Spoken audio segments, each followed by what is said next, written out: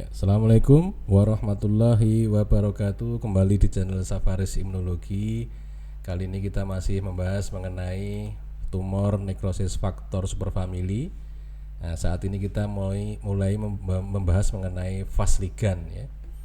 Jadi apa yang kita bahas nanti mulai dari pendahuluan Fasligan, bagaimana strukturnya, sumber Fasligan ada di mana, kemudian induksi sintesis Fasligan, reseptornya, transduksi sinyal, regulasi hingga fungsi dari Fasligan.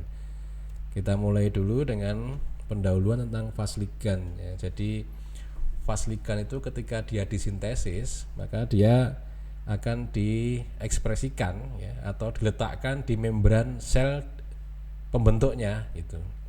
Nah, nanti kita lihat struktur skematisnya seperti apa ya. Nah, kategorinya itu termasuk protein transmembran tipe 2 ya. Kemudian Fasligan itu karena dia termasuk transmembran tipe 2, maka Fasligan itu mempunyai bagian yang ekstrasel, artinya bagian yang berada di luar sel. Kemudian ada bagian yang transmembran, artinya berada di membran selnya, dan ada bagian intrasel ya. Jadi ini seperti batang yang tertancap begitu ya, tertancap di membran selnya itu ya. Nah, ada yang di luar sel, ada yang di membran, ada yang di dalam sel. Nah, Fasligan yang seperti ini disebut dengan Fasligan yang membran atau membran Fasligan. Nah, membran Fasligan itu dia bisa dipecah oleh atau digunting oleh enzim metaloproteinase di bagian yang ekstraselnya ya. Sehingga bagian ekstrasel itu tidak lagi melekat kepada membran sel tetapi lepas. Nah, ketika lepas dia disebut dengan soluble Fasligan atau S-Fasligan ya. Nah, soluble Fasligan maupun Fasligan yang membran itu pada umumnya seperti halnya famili dari tumor nekrosis faktor yang lain ya, kebanyakan dia merupakan homotrimer gitu ya. Nah, kita lanjutkan. Nah, tadi sudah dibahas sekilas ya bahwa Fasligan itu ada dua jenis ya. Ini lihat aja yang di sini ya. Ada yang nempel di membran sel, ini membran Fasligan ya.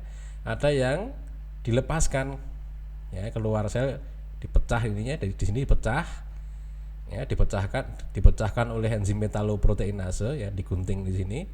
Nah, maka dia akan menjadi soluble Fasligan. Jadi singkatannya S-Fasligan dan yang ini M-Fasligan ya, membran Fasligan dan soluble Fasligan. Nah, ini struktur skematisnya ya, kita lihat yang A ini, yang kecil ini sampai di sini. Ini namanya yang regio intrasel ya. Di sini nanti ada berbagai macam motif yang bisa dilekati oleh protein yang lain ya. Nah, yang TMD ini namanya transmembran domain. Nah, transmembran domain ini nanti ini berada di membran sel ya. Nah, yang ke sini, dari sini sampai ke sini itu disebut dengan extracellular domain atau bagian yang ekstrasel.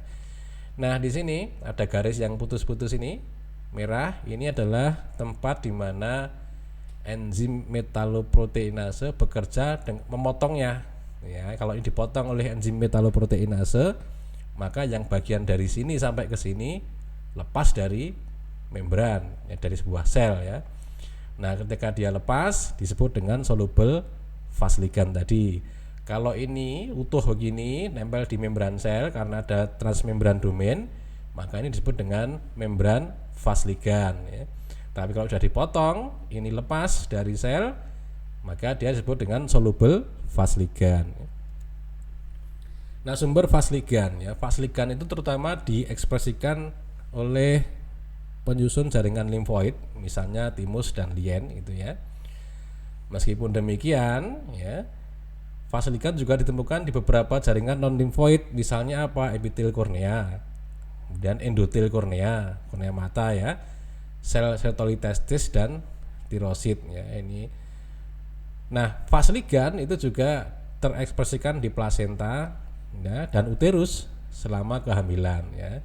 Ini gambar-gambar organnya ya, ini lien, Ini timus ya, ini mata ya, kornea ya, ini testis ya, ini tiroid, dan ini plasenta ya.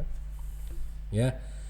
Kita lanjutkan bagaimana fasligan itu terbentuk ya.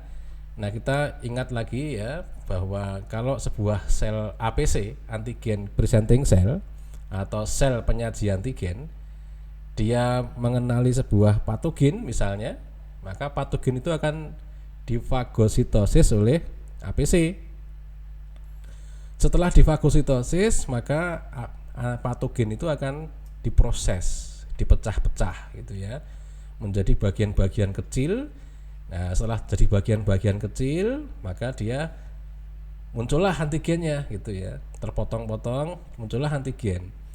Nah, antigen yang dihasilkan itu akan ditempelkan ke molekul MHC kelas 2 misalnya. Nah, di sini ya, tempelkan di sini. Kemudian MHC kelas 2 itu dari dalam sel akan nempel ke membran sel. Nah, setelah begini di membran sel begini, maka antigen yang di ujung sini bisa dikenali oleh reseptor yang ada di sel T, namanya T cell reseptor, ini yang kuning ini. Nah, kalau sudah begini, maka dia akan mengirimkan sinyal ke dalam sel ya. Misalnya dia akan mengaktifkan faktor transkripsi Tibet. Nah, Tibet ini akan mempengaruhi ekspresi gen ya, sehingga akan memunculkan transkripsi gen untuk membentuk pada akhirnya nanti protein fasligan ya, tempelkan ke sana gitu ya. Itu contoh dari pembentukan fasligan. Nah, fasligan itu juga bisa dibentuk ketika ada sitokin, misalnya interleukin 18. Jadi interleukin 18 itu ketika dia berikatan dengan reseptor dari interleukin 18 ini, maka dia akan mengaktifkan jalur sinyal intrasel melalui molekul yang tergantung melalui jalur yang tergantung myeloid differentiation of 88XDX ya, MYD88. Nah, nanti dia akan mengaktifkan dua jalur melalui TRAF maupun IRAK ya. Nah, IRAK-nya nanti akan mengaktifkan NF-kB, sedangkan TRAF nanti akan mengaktifkan MAPK. Nah, nanti ini akan membantu ekspresi gen. Sampai sini dulu ya. Nah, ini tidak bisa berdiri sendiri untuk menginduksi fasligan, tergantung dari miliunya atau lingkungan sekitarnya. Jadi sitokin miliu itu sitokin yang berada di sekitar dari sel yang teraktifkan ini. Kalau ini terjadi di sel T misalnya, sedangkan di lingkungan sekitarnya itu selain ada interleukin 18 juga ada interleukin 12 misalnya, nah, maka sel T ini akan ada interaksi antara jalur sinyal transduksi dari interleukin 18 dengan jalur sinyal transduksi dari interleukin 12 melalui janus kinase dan STAT4. Nah, nanti akhirnya akan bekerja sama untuk memicu ekspresi gen penyandi, salah satunya adalah fasligan ini. Nah, kalau sudah terekspresikan ya, maka nanti akan di akhirnya itu akan terbentuk protein fasligan setelah melalui serangkaian proses gitu ya. Nah, itu yang kedua. Yang ketiga berikutnya, nah, selain interleukin 18 itu juga ternyata interleukin 6 itu bisa meningkatkan ekspresi fasligan dan fas ya, contohnya di sini. Ya, ini ternyata penambahan interleukin 6 itu bisa meningkatkan ekspresi fas dan fasligan ya. Walaupun penelitian yang lain menunjukkan hasil sebaliknya. Jadi ini masih kontroversi ya untuk interleukin 6-nya. Apakah interleukin 6 itu bersifat untuk meningkatkan ekspresi ataupun tidak gitu ya. Nah, berikutnya lagi bagaimana fasligan itu terinduksi dibentuk ya. Nah, kalau ada radikal bebas ya, misalnya ROS, reaktif oksigen spesies ya, apapun sumbernya ya, apapun pemicunya ya, misalnya karena merokok ya, asap rokok misalnya, karena radiasi misalnya ya, karena keracunan logam berat misalnya, atau karena beta oksidasi dari asam lemak ya, misalnya orangnya kelaparan misalnya ya, terus terjadi oksidasi asam lemak gitu, atau karena aktivasi dari enzim NADPH oksidase ya, NOx ya.